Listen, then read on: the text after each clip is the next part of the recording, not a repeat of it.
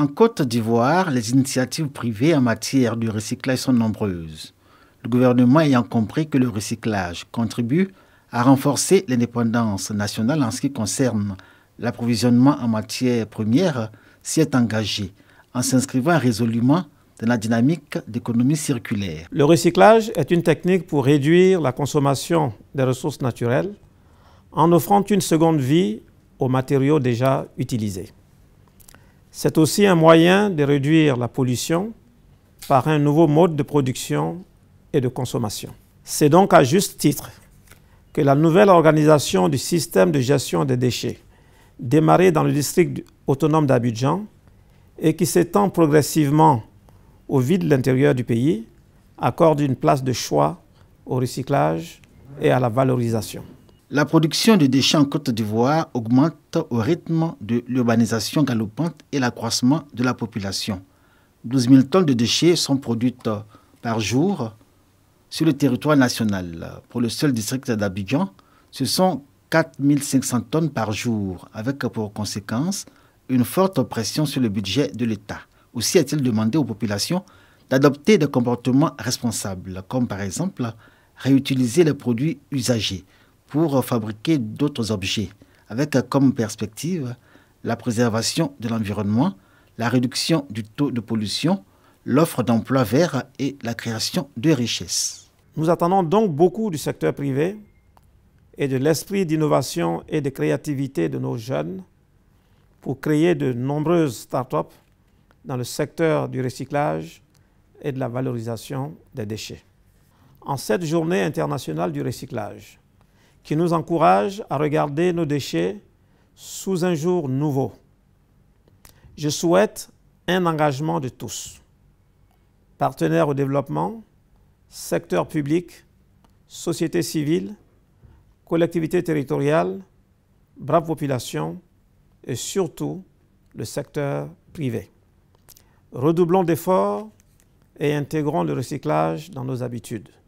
Avec le Centre de valorisation et d'enfouissement technique de Kossi-Ouan, le gouvernement montre son engagement à mettre un point d'honneur sur le recyclage. D'autres centres similaires dans le Grand Abidjan et à l'intérieur du pays viendront s'y ajouter. La Côte d'Ivoire, pour rappel, s'est engagée à réduire ses émissions de gaz à effet de serre d'ici à 2030 de 28%, dont 2,08% pour le secteur des déchets. Tous les agents de la direction des affaires financières du ministère de l'économie et des finances en conclave pour 2 jours dans ce complexe hôtelier à Dabou. Leur mission, identifier les actions pertinentes susceptibles de renforcer la performance globale de cette direction en vue de la hisser au sommet de la hiérarchie des directions des affaires financières du pays. Le travail que nous faisons s'inscrit dans la droite ligne du travail gouvernemental. Dans son projet donc de gouvernement, le président de la République a donc parlé de la Côte d'Ivoire solidaire et chaque ministère a donc décliné dans ses actions. Il était donc question pour le ministère de l'économie et des finances de mettre en place un plan de travail annuel. Toutes les actions qui peuvent être menées afin d'atteindre les résultats qui ont été fixés par le ministre de l'économie et des finances. Chaque responsable devra passer en revue les actions inscrites dans le plan d'action stratégique. Ces actions seront ensuite déclinées en activités dans un plan de travail opérationnel.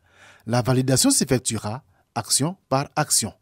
Le but étant, comme pour l'ensemble du gouvernement, de s'inscrire dans une dynamique de renforcement, de transparence et de recherche de la performance dans la gestion des politiques publiques. Avec la digitalisation du secteur du transport et la présence de concurrents internationaux à Abidjan, les habitudes des usagers du taxi ont évolué. Leur sécurité et le coût de leur mobilité les préoccupent davantage. Aujourd'hui, n'importe qui peut conduire un taxi-compteur, c'est vrai, mais il y a le savoir-faire, la manière de parler aux clients qui laisse un peu à désirer.